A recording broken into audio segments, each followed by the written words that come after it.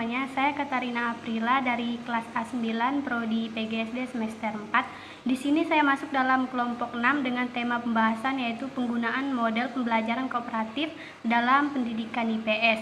Nah, materi saya sendiri yang akan saya bahas yaitu terdapat pada halaman 221 sampai halaman 242, yaitu tentang implementasi pembelajaran kooperatif dan juga tipe-tipe pembelajaran kooperatif. Baik, kita langsung saja pada materi. Yang pertama yaitu implementasi pembelajaran kooperatif. Implementasi ini sendiri mengandung arti sebuah tindakan ataupun pelaksanaan dari sebuah rencana yang sudah disusun baik secara matang maupun secara terperinci. Implementasi pembelajaran kooperatif ini sendiri merupakan suatu model pembelajaran ataupun sebuah model pembelajaran yang sangat efektif dalam hal meningkatkan ataupun mengembangkan proses belajar mengajar pada mata pelajaran IPS, serta membantu dalam meningkatkan kegairahan ataupun dan serta prestasi belajar siswa. Dalam pembelajaran kooperatif ini, seorang guru juga harus mempertimbangkan aspek kognitif ataupun kebersamaan siswa, di mana di sini siswa tidak hanya dituntut untuk aktif di dalam kelas saja, tetapi juga harus aktif di luar lingkungan kelasnya. Secara umum, ada 4 langkah-langkah yang harus dilakukan oleh seorang guru dalam melaksanakan model pembelajaran kooperatif ini. Yang pertama yaitu guru merancang RPP. Nah, di sini mengapa seorang guru diminta atau diharuskan untuk membuat ataupun merancang RPP dalam proses pembelajarannya, yaitu untuk mempermudah ataupun memperlancar serta sebagai acuan bagi seorang guru dalam proses pembelajarannya agar kegiatan pembelajaran ini dapat berjalan dengan terarah dan proses pembelajaran ini dapat berjalan secara efektif maupun efisien, dengan menetapkan tujuan yang akan dicapai baik ranah kognitif, afektif, psikomotorik ataupun keterampilan sosial yang dapat dikembangkan siswa baik secara individu maupun secara berkelompok. Poin yang kedua, saat penyampaian materi, guru hanya menyampaikan pokok-pokok materinya saja. Nah, di poin kedua ini, guru hanya menyampaikan pokok-pokok materinya saja. Selanjutnya, pembahasan materi akan dilakukan oleh siswa itu sendiri. Dan di sini guru hanya memonitoring dan mengobservasi kegiatan belajar siswa berdasarkan lembar observasi yang telah dibuat sebelumnya. Nah, di sini guru juga harus membimbing siswa dalam pembentukan kelompok. Yang ketiga, pada saat kegiatan diskusi kelompok, guru harus membimbing dan mengarahkan siswa baik secara individu maupun kelompok. Nah, hal ini dilakukan agar selama kegiatan diskusi berlangsung, itu tidak keluar dari jalur ataupun tidak menyimpang dari jalur yang telah direncanakan. Nah, di sini guru juga membimbing dan mengarahkan siswa untuk memahami materi yang telah disampaikan mengenai sikap dan perilaku selama kegiatan berlangsung. Nah, di sini guru juga melatih keterampilan sosial siswa secara optimal dan juga melatih siswa agar dapat hidup bermasyarakat. Yang keempat, guru bertindak sebagai moderator. Nah, di poin keempat ini, guru berperan sebagai moderator pada saat ataupun ketika masing-masing kelompok mempresentasikan materi ataupun hasil kerjanya pada saat diskusi kelas. Nah, hal ini dilakukan bertujuan untuk mengoreksi pemahaman siswa terhadap materi ataupun hasil kerja dan karya yang telah dipresentasikannya di depan kelas tersebut. Nah, pada tahap ini, guru memberikan kesempatan kepada siswa dari masing-masing kelompok untuk mempresentasikan hasil kerja ataupun materinya saat diskusi berlangsung. Nah, pada saat diskusi berlangsung ini, guru bertindak sebagai moderator dengan mengarahkan dan mengoreksi pemahaman ataupun pengertian siswa pada materi ataupun hasil kerja yang telah ditampilkan. Kemudian, saat presentasi ini berakhir, guru mengajak para siswa untuk melakukan refleksi diri. Nah, hal ini dilakukan dengan tujuan untuk memperbaiki kembali kelemahan-kelemahan yang telah dilakukan selama pembelajaran berlangsung. Pada tahap ini, guru juga harus melakukan unsur-unsur penting yang berkaitan dengan pembelajaran kooperatif. Yang pertama yaitu pengondisian siswa. Pengondisian siswa, yakni kesiapan belajar siswa dalam kelompok-kelompok kecil bisa saja terdiri antara 4 sampai dengan 5 siswa melalui penggalian potensi diri siswa dengan cara melakukan dialog-dialog mengenai potensi yang telah siswa miliki, baik tentang sikap, perilaku, maupun keterampilan-keterampilan sosial. Yang kedua, aktualisasi dan internalisasi. Nah, hal ini dilakukan untuk mendorong dan menanamkan sikap serta keterampilan sosial pada diri siswa sesuai dengan potensi dan penampilan yang siswa miliki, baik secara individual maupun belajar di dalam kelompoknya, dengan memberikan pujian berupa kata-kata kepada siswa tersebut. Yang ketiga adalah depth sharing. Nah, depth sharing ini dimaksudkan untuk melihat kembali unjuk kerja mereka selama proses pembelajaran, mengevaluasi serta merefleksikan diri, dan memberikan beberapa penekanan terhadap sikap dan perilaku sosial yang harus siswa kembangkan pada proses pembelajaran berikutnya. Keempat adalah peer tutoring. Nah, peer tutoring ini dimaksudkan untuk mengembangkan kemampuan siswa dalam membagi ide, saran, dan pengetahuannya di antara sesama anggota kelompoknya untuk meningkatkan sikap dan keterampilan siswa dalam belajar secara berkelompok. Terakhir adalah belajar kooperatif.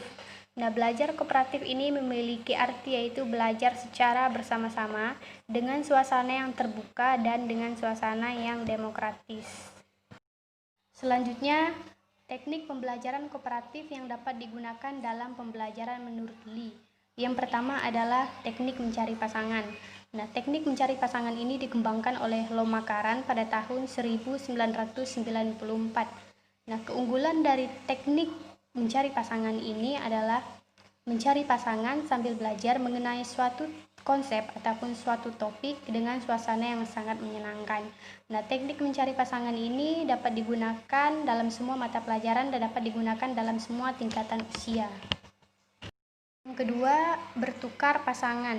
Nah, bertukar pasangan ini memberikan kesempatan kepada siswa untuk bekerja sama bersama orang lain.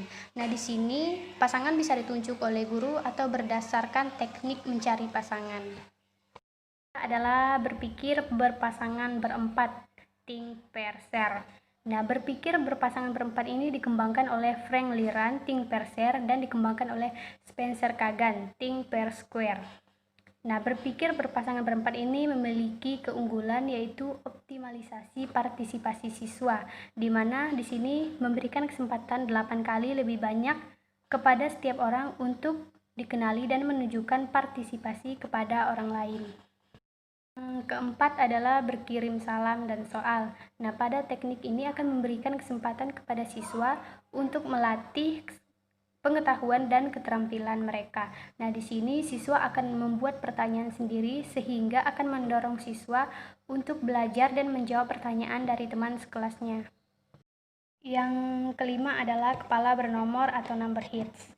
Jadi number hits ini dikembangkan oleh Spencer Kagan pada tahun 1942. Jadi teknik ini memberikan kesempatan kepada para siswa untuk saling berbagi ide dan pertimbangan jawaban yang paling tepat, sehingga memberikan dorongan kepada siswa untuk memberikan semangat kerjasama mereka. Yang keenam adalah kepala bernomor terstruktur. Nah, kepala bernomor terstruktur ini dimodifikasi oleh kepala bernomor yang dipakai oleh Spencer Kagan. Nah, pada teknik ini, siswa belajar melaksanakan tanggung jawab pribadinya dan saling keterkaitan antara teman-teman kelompoknya. Yang ketujuh adalah dua tinggal dua tamu atau to stay to stray. Teknik ini dikembangkan oleh Spencer Kagan pada tahun 1992. Teknik ini bisa digunakan dengan teknik berkepala bernomor. Jadi teknik ini memberikan kesempatan kepada siswa untuk membagikan hasil informasi yang telah ia peroleh dan dibagikan kepada kelompok lain. Yang kedelapan adalah keliling kelompok. Nah, di sini masing-masing kelompok akan mendapatkan kesempatan untuk memberikan kontribusi mereka serta mendengarkan pandangan dan pendapat orang lain. 9 adalah kancing gema perincing. Kancing gema perincing ini dikembangkan oleh Spencer Kagan.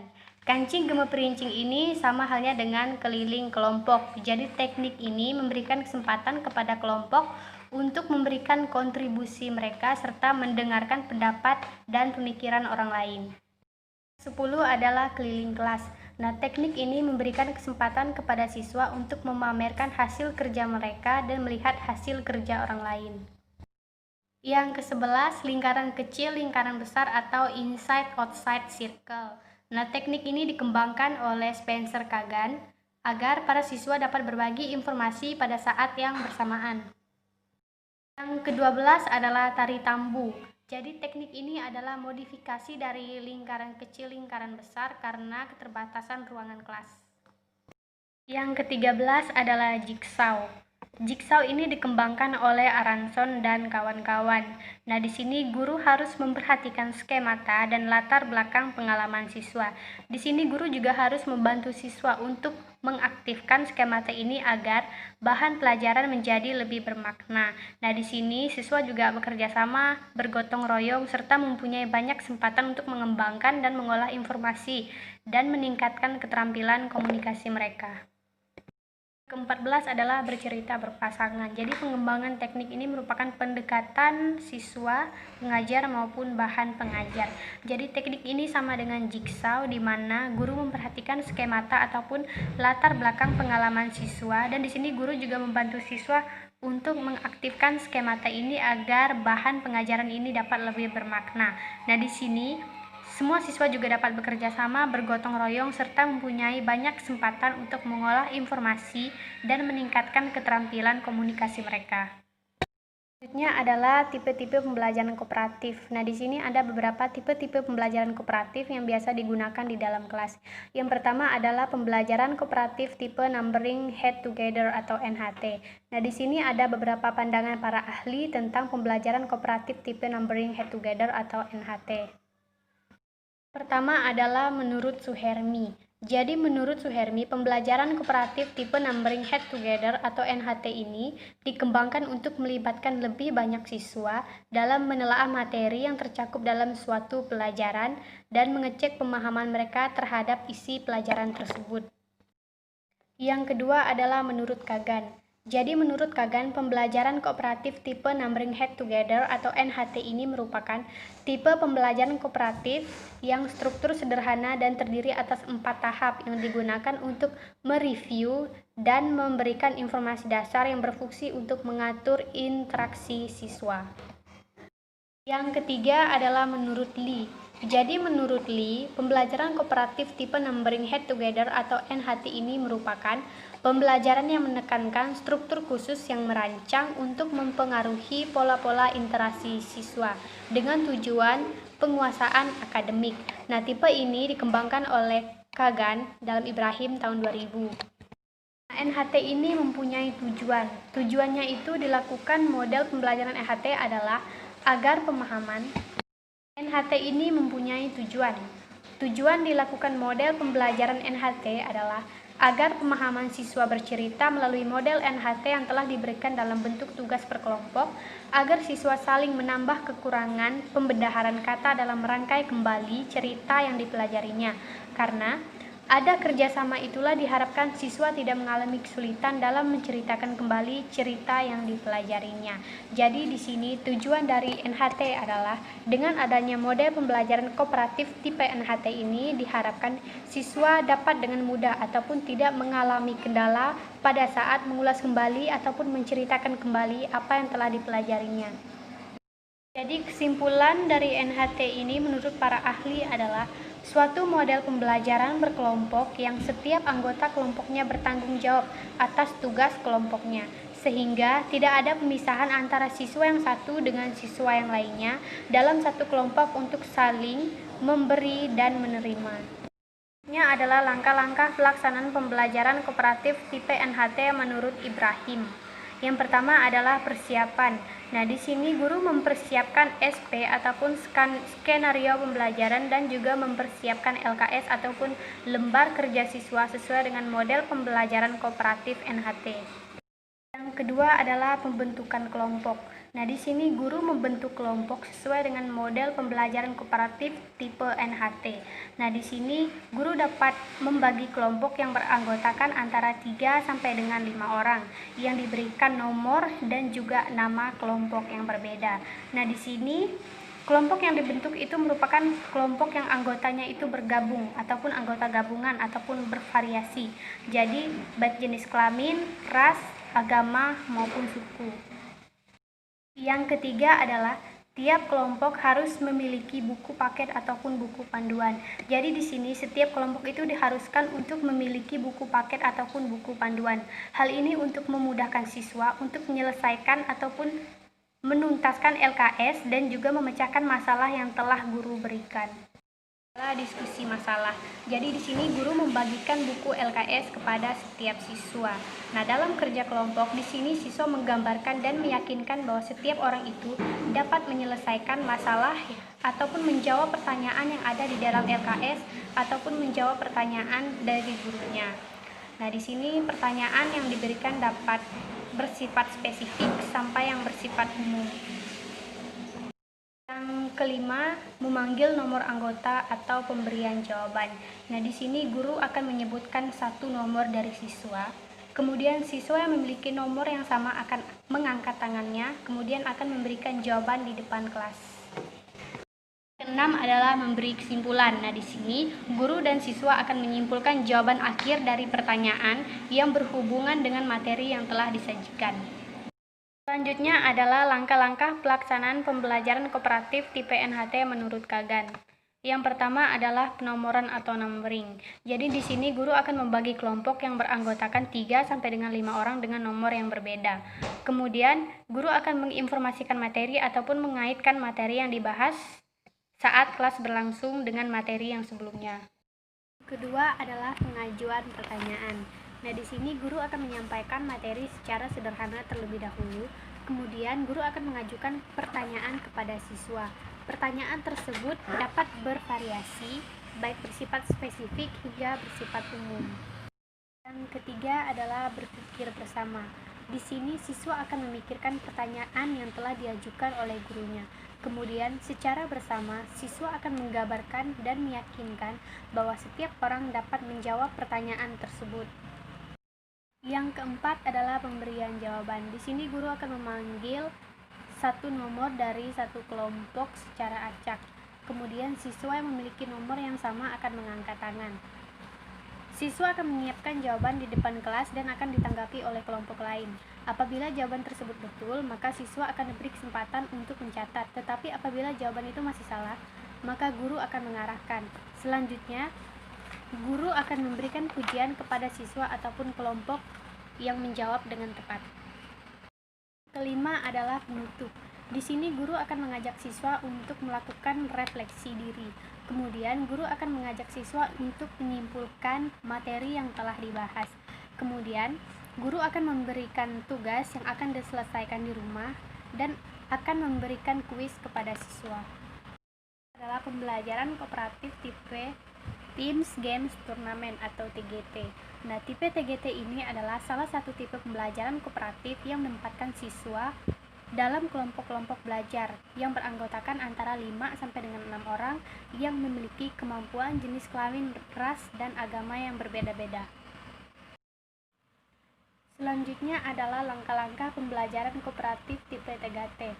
Langkah-langkah pembelajaran kooperatif tipe TGT ini ada 5. Yang pertama adalah tahap penyajian kelas. Tahap penyajian kelas ini merupakan penyampaian ataupun pemberian materi di dalam kelas yang diperkenalkan dengan melakukan presentasi di dalam kelas tersebut. Yang kedua adalah kelompok. Kelompok di sini terbagi antara 4 sampai dengan 5 siswa yang mewakili seluruh bagian kelas dengan kinerja akademik, jenis kelamin, suku, dan etnis. Yang ketiga adalah permainan. Permainan ini dilakukan untuk merangsang pengetahuan siswa dari presentasi yang telah dilakukan. Di sini permainan akan dilakukan di atas meja dengan guru menunjuk 3 siswa yang akan memiliki tim yang berbeda-beda. Yang keempat adalah pertandingan atau turnamen. Pertandingan atau turnamen ini di mana game tersebut berlangsung. Nah, di sini turnamen pertama guru akan menunjuk siswa untuk berada di meja turnamen. 3 siswa berprestasi tinggi sebelumnya akan berada pada meja yang pertama. Kemudian 3 siswa selanjutnya akan berada pada meja kedua dan seterusnya. Yang kelima adalah penghargaan kelompok. Penghargaan kelompok ini dapat berupa sertifikat ataupun penghargaan lainnya. Penghargaan kelompok ini akan diberikan kepada tim ataupun kelompok yang dianggap bisa. Yang ketiga adalah model pembelajaran kooperatif tipe investigasi kelompok. Nah, model pembelajaran kooperatif tipe investigasi kelompok ini merupakan variasi dari model pembelajaran kooperatif. Di sini ada beberapa pandangan para ahli tentang model pembelajaran kooperatif tipe investigasi kelompok. Yang pertama yaitu menurut Trianto. Menurut Trianto, tipe ini merupakan tipe yang melibatkan siswa dalam pelaksanaan baik dari topik yang dipelajari dan bagaimana jalannya penyelidikan mereka. Yang kedua adalah menurut Slavin. Jadi menurut Slavin, tipe pembelajaran ini merupakan tipe pembelajaran untuk proyek-proyek studi yang terintegrasi dan berhubungan dengan penguasaan, analisis, dan mensintesiskan informasi sehubungan dengan upaya menyelesaikan masalah yang bersifat multi aspek. Menurut Joyce dan Weil. Jadi menurut Joyce dan Weil, tipe pembelajaran kooperatif investigasi kelompok ini merupakan tipe pembelajaran yang memiliki konsep dasar, memberikan dan memunculkan sebuah permasalahan untuk merangsang siswa bereaksi dan melakukan pemecahan masalah tersebut. Adalah menurut Suprijono. Jadi menurut Suprijono, model pembelajaran ini merupakan model sebagai pembelajaran yang dimulai dengan pembagian kelompok serta guru dan siswa memilih permasalahan dan menentukan metode penelitian yang akan dikembangkan untuk memecahkan permasalahan tersebut. Yang kelima adalah menurut Ibrahim. Jadi menurut Ibrahim, model pembelajaran tipe investigasi kelompok ini merupakan model pembelajaran yang bukan hanya mengajak siswa bekerja sama dalam suatu kelompok, tetapi siswa terlibat untuk merencanakan topik yang dipelajari dan prosedur penyelidikan yang akan digunakan.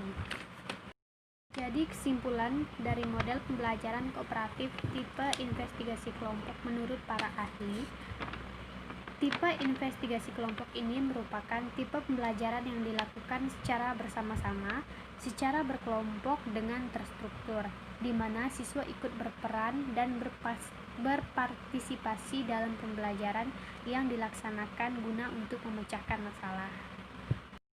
Selanjutnya ada langkah-langkah model pembelajaran investigasi kelompok menurut Arens. Yang pertama adalah pemilihan topik. Nah, di pemilihan topik ini, siswa akan memilih permasalahan yang didapat dari topik pembelajaran. Yang kedua adalah pembelajaran berkelompok. Di sini guru dan siswa akan merencanakan prosedur tugas dan tujuan belajar sesuai dengan topik yang telah ditentukan. Poin yang ketiga adalah implementasi.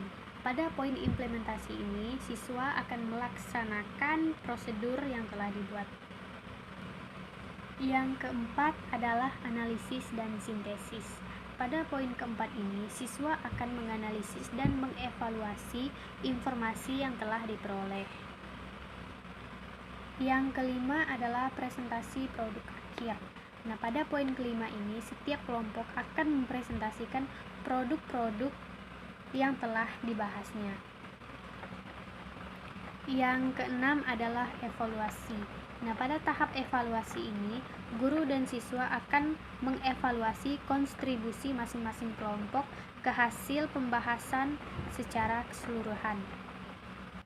Selanjutnya, menurut Joyce dan Weil, guru harus membimbing serta merefleksi pengalaman kelompok dalam tingkat-tingkat berikut. Yang pertama yaitu pemecahan masalah atau level tugas. Pada tahap ini, bagaimana cara siswa tersebut menganalisis? Selanjutnya, faktor-faktor apa saja yang terlibat, dan pada tahap ini guru hanya berperan sebagai fasilitator. Yang kedua adalah level manajemen kelompok. Nah, pada level ini, bagaimana caranya siswa menjadi mandiri untuk menentukan apa yang dibutuhkan dalam melakukan sebuah penelitian. Yang ketiga adalah tingkat makna pribadi. Tingkat makna pribadi ini merupakan tanggapan siswa tentang simpulan yang telah dibuat dari permasalahan dan langkah-langkah apa yang akan dilakukan setelah mengetahui hal tersebut. Yang keempat adalah model pembelajaran tipe START. Nah, model pembelajaran tipe START ini merupakan model pembelajaran kooperatif yang sangat sederhana dan model yang sangat baik dipakai oleh guru yang baru mengenal pendekatan kooperatif. Dalam penyajian pembelajaran kooperatif dengan menggunakan tipe START ini harus memenuhi 5 komponen utama. Yang pertama adalah presentasi kelas. Nah, penyajian materi yang akan dilakukan akan disajikan dalam bentuk presentasi pada awal pembelajaran. Penyajian materi ini dapat berbentuk ceramah, diskusi, ataupun presentasi. Yang kedua adalah kelompok. Pembagian kelompok dalam tipe ini dapat beranggotakan antara 4 sampai dengan 5 siswa. Hal ini bertujuan agar menjamin semua anggota kelompok akan mengerti dengan materi yang telah dibahas. Yang ketiga adalah kuis atau ulangan. Nah, di sini setelah presentasi ataupun diskusi berlangsung, selanjutnya siswa akan mengikuti kuis ataupun ulangan. Yang keempat adalah perbaikan nilai individu. Perbaikan nilai individu ini dilakukan apabila masih ada siswa yang belum menguasai materi atau apabila masih ada siswa yang masih memiliki nilai di bawah rata-rata atau belum memenuhi standar nilai yang telah ditetapkan. Yang kelima adalah penghargaan kelompok. Penghargaan kelompok ini diberikan kepada kelompok yang memperoleh nilai yang terbaik. Selanjutnya adalah persiapan yang harus dilakukan dalam melaksanakan STAD. Yang pertama adalah mempersiapkan materi. Di sini materi yang didapatkan bisa diperoleh dari buku teks, sumber lainnya, ataupun dapat diperoleh dari buku-buku guru. Yang kedua adalah penempatan siswa dalam kelompok. Penempatan siswa dalam kelompok ini membaurkan antara siswa laki-laki dan perempuan. Jadi di sini menggabungkan siswa tanpa memandang jenis kelamin. Yang ketiga adalah menentukan nilai dasar awal. Nah, menentukan nilai dasar awal ini ditentukan dari rata-rata ulangan ataupun nilai tes yang sudah ada sebelumnya. Yang keempat adalah membangun kebersamaan dalam kelompok. Nah, membangun kebersamaan dalam kelompok ini memberikan kesempatan kepada siswa untuk saling mengenal dan menentukan nama kelompoknya. Selanjutnya adalah tahap-tahap pelaksanaan pembelajaran kooperatif tipe STAD. Yang pertama yaitu persiapan materi dan penerapan siswa dalam kelompok. Nah, di sini sebelum menyajikan pembelajaran, guru harus memberikan lembar kegiatan dan lembar jawaban kepada siswa untuk dipelajari dalam kelompok. Nah, di sini guru juga harus menetapkan siswa dalam kelompok. Pembagian kelompok ini bisa beranggotakan antara 4 sampai dengan 5 orang. Yang kedua adalah penyajian materi pembelajaran. Nah, penyajian materi pelajaran ini lebih menekankan kepada pendahuluan dan juga pengembangan. Pendahuluan perlu ditekankan kepada apa yang akan dipelajari siswa di dalam kelompok, sedangkan pengembangan dilakukan dengan cara memilih materi yang sesuai dengan yang akan dipelajari siswa di dalam kelompok tersebut. Yang ketiga adalah praktik terkendali. Praktik terkendali ini merupakan yang ketiga yaitu praktik terkendali. Praktik terkendali merupakan praktik yang menyajikan materi dengan cara menyuruh siswa untuk mengerjakan soal, memanggil siswa secara acak untuk menjawab ataupun menyelesaikan masalah. Pada tahap ketiga ini ada beberapa hal yang harus diperhatikan oleh seorang guru. Yang pertama yaitu kegiatan kelompok. Pada kegiatan kelompok ini, guru akan membagikan LKS kepada kelompok sebagai bahan yang akan dipelajari. Kemudian, guru akan memberikan bantuan dengan memperjelas perintah. Selanjutnya, guru akan mengulangi konsep dan menjawab pertanyaan siswa apabila ada penjelasan yang kurang dipahami atau apabila ada siswa yang kurang mengerti dengan materi yang telah dibahas. Yang kedua adalah evaluasi. Nah, evaluasi ini akan dilakukan apabila siswa telah mengerjakan pekerjaan selama 45 sampai dengan 60 menit. Nah, hasil evaluasi ini akan dijadikan sebagai nilai perkembangan individu. Yang ketiga yaitu penghargaan kelompok. Penghargaan kelompok yakni hasil nilai perkembangan. Maka penghargaan pada prestasi kelompok akan diberikan kepada kelompok yang dianggap baik, hebat, dan juga super. Yang keempat adalah perhitungan ulang skor awal dan pengubahan kelompok. Nah, perhitungan ulang skor awal dan pengubahan kelompok ini dilakukan setelah sekitar 3-4 minggu. Nah, dengan melakukan perhitungan ulang skor evaluasi sebagai skor awal bagi siswa yang baru. Yang kelima adalah pembelajaran kooperatif tipe Cooperative Integrated Reading and Composition atau CIRC.